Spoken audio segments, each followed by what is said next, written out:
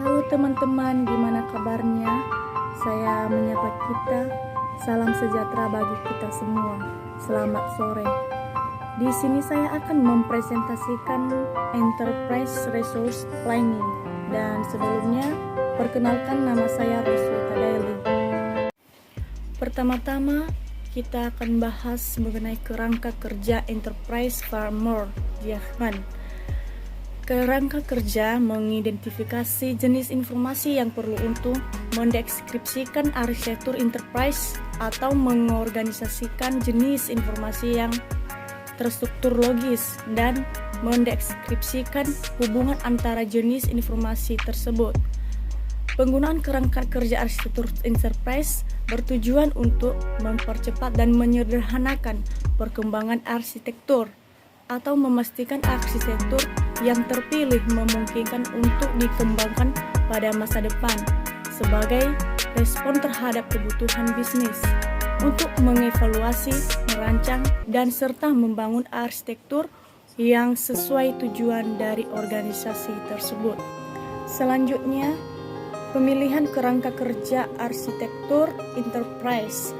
Pada kegiatan belajar sebelumnya, sekilas kita telah mengetahui adanya beberapa kerangka kerja arsitektur enterprise yang umum digunakan. Penggunaan dan pemilihan kerangka kerja arsitektur enterprise yang sesuai dapat meningkatkan peran teknologi informasi dalam mengembangkan bisnis perusahaan dan dapat mempercepat serta menyederhanakan pembangunan arsitektur.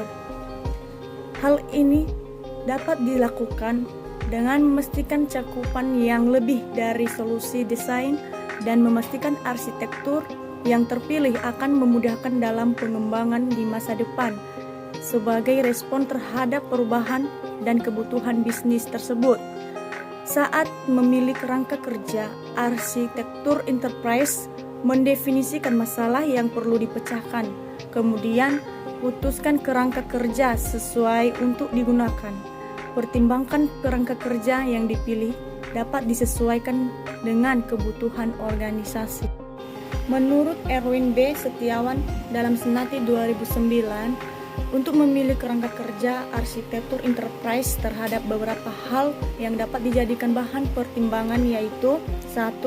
Tujuan, di mana tujuan ini arsitektur enterprise dengan melihat definisi arsitektur dan pemahamannya yang terstruktur yang telah ditentukan sehingga mudah untuk dipahami dan diikuti dengan terhadap evolusi arsitektur. Kedua, input beraktivitas arsitektur enterprise seperti pendorong bisnis dan input teknologi. Ketiga, output ini beraktivitas seperti model bisnis dan desain tradisional untuk perubahan. Kerangka kerja Jackman.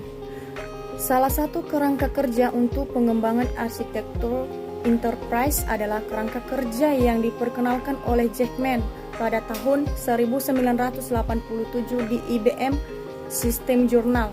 Kerangka kerja Jackman dikembangkan pada tahun 1992 dengan tujuan untuk menyediakan struktur dasar organisasi yang mendukung akses, integrasi, interpretasi, pengembangan, pengelola, dan perubahan perangkat arsitektur dari sistem informasi organisasi. Secara prinsip, Jackman membagi sistem informasi menjadi 3 komponen besar yaitu data, proses, dan teknologi. Kemudian dikembangkan menjadi 6 entitas utama yaitu kerangka kerja Jackman dibangun dalam bentuk matrik yang pada awalnya berupa struktur matrik 6/3, kemudian dikembangkan dan diformulasikan Jackman bersama SOA menjadi matriks 6/6. Selanjutnya, setiap kerangka kerja mendefinisikan entitas arsitektur dalam baris-baris dan atribut untuk setiap entitas ke dalam kolom-kolom. Kerangka kerja Jackman merupakan struktur di mana suatu metodologi diproses. Selanjutnya, Enterprise Architecture Planning merupakan Metode yang digunakan untuk membangun arsitektur enterprise yang dikembangkan oleh Stephen H. Spewak.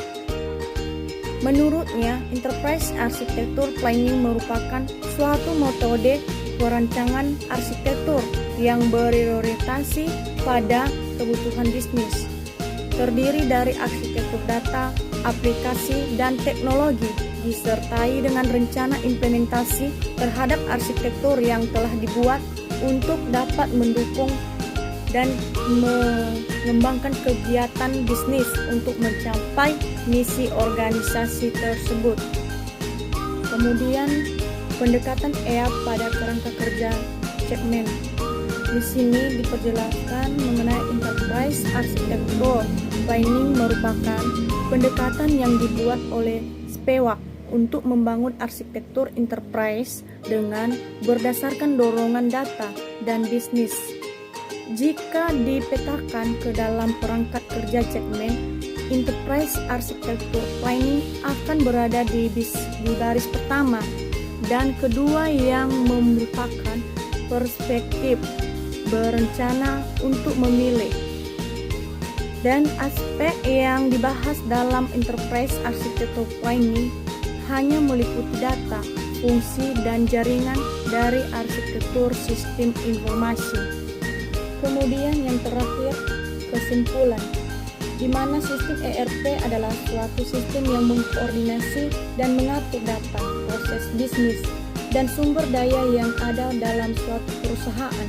ERP memungkinkan integrasi dan pengguna data-data yang setiap aspek yang ada dalam perusahaan, sehingga manajemen perusahaan memiliki pandangan yang terintegrasi mengenai perusahaannya, karena berdasarkan setiap bisnis proses dalam perusahaan sering terkait satu dengan yang lainnya.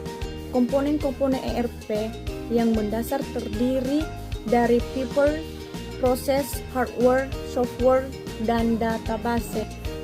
Baik, demikian saja, sekian dan terima kasih atas segala kekurangan, kelemahan, baik dari kata, baik dari pengucapan, dan terlebih-lebih dari slide-slide yang saya presentasikan ada banyak kelemahan. Saya mohon maaf. Atas perhatian saya ucapkan terima kasih. Bye-bye.